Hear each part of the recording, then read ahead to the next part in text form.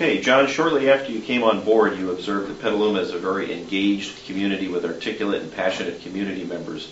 You spoke about the importance of tempering that passion with practicality and how people needed to seek solutions that transcend their own individual needs in order to find workable compromise. Reflecting on some of the latest political controversies involving development approval process, do you feel we've made any progress on that front, or have we slipped backwards?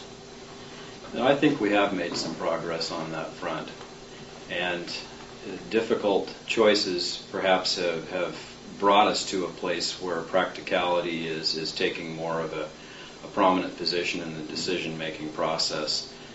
With less to work with, we're having to make hard choices about what we do and what we don't engage in.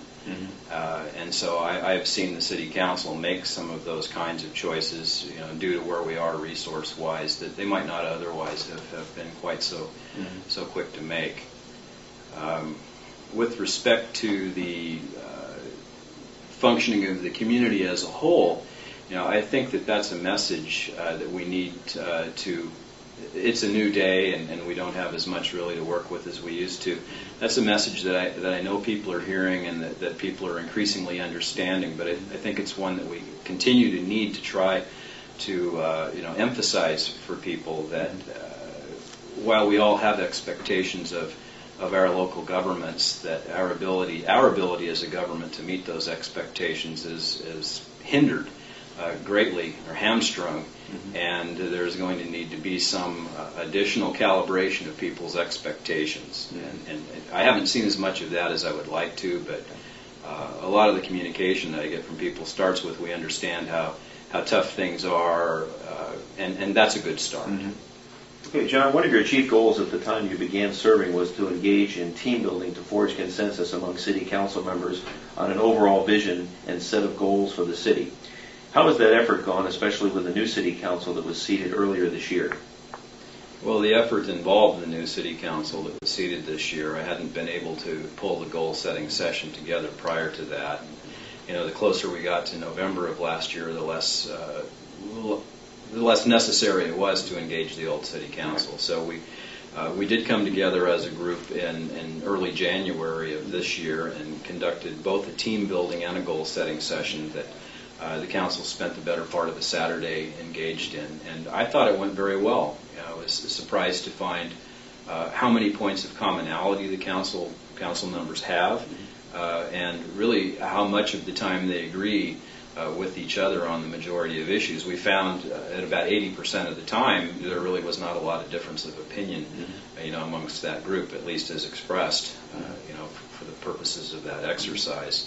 The council came out of that session with what I considered to be goals that were set at the appropriate kind of global policy level, rather than getting down to a more project level. There wasn't a lot of micromanaging going on in the goal setting, and their goals were broad community-based kinds of goals. A lot of them had to do with growth management here in the community, and prioritizing development was one, streamlining the development process was another, implementing the Central Petaluma specific plan, creating an investment-based redevelopment strategy, creating an overall economic development strategy, those kinds of goals. So the council was really in the place where I think a council needs to be in a goal-setting session, or coming out of one. Right.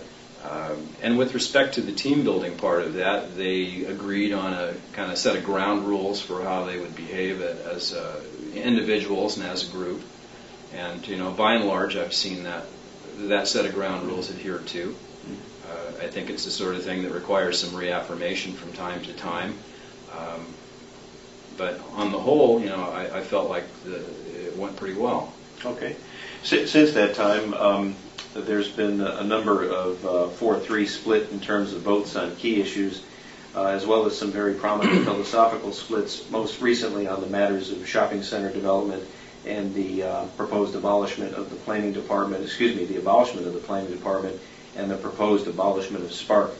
During a recent budget meeting in which council members were sparring over the Regency shopping center issue, you cautioned them against arguing and stated, "What I really need right now is everybody pulling in the same direction." Do you think that's going to happen with the current council? It would be unrealistic to think that that's going to happen on a every single issue basis. You know, the city council people come from different places philosophically. You know, they do represent their constituents, and the constituents don't all agree with each other. I think that on the issues that really matter, the council has the ability to come together as a group and pull in the same direction. The outcome of that particular vote, which was the determination of this coming year's budget, as difficult as it was for the council to have to make some of the decisions regarding cutbacks and layoffs, and despite the reservations that had been expressed by some of the council members about the way the budget had been built and some of the major policy choices that they had to make, at the end of the day, they voted to adopt that budget because they understood that for, you know, I think the greater good of moving the process along, that was what was necessary. So they did what they needed to do, and they said what they needed to say, at least in their own minds, along the way. At the time, we had digressed somewhat from what I thought was the real purpose at hand, which was to be discussing budget policy, and we had gotten more into a discussion regarding, you know, development approvals. And part of what I was getting at that point in time was, well, let's come back to the issue at hand here. Let's talk about, you know, what it takes to get this budget balanced. And I definitely did need them all pulling in the same direction. And more generally, that's where we need to be. You know, I view us as a city team. You know, they and I and my staff, we're all a unit, and we all need to see ourselves that way. The city council as well as me and my staff. So, you know, the more that we can present a united front and understand what it is we're doing, I think, you know, the better kinds of decisions that we're going to make. Okay.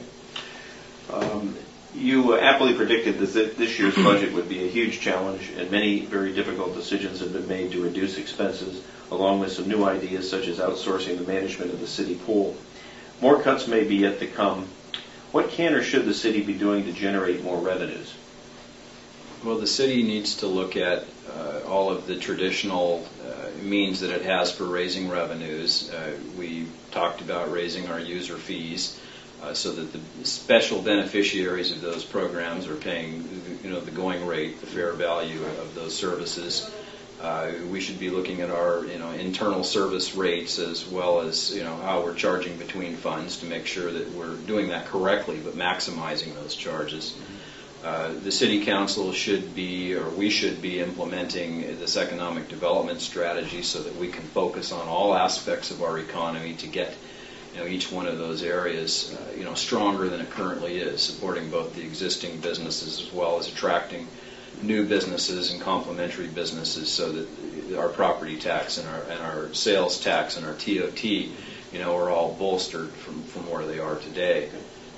And of course, one piece of that then is the retail mix, and, you know, we should be trying to cite, you know, retail development that is complementary to the city's vision of where it wants to go and consistent with the general plan, and, you know, beneficial, you know, on a cost-benefit analysis basis to the city, as well as bringing those services to the public that it currently has fewer of than it would like.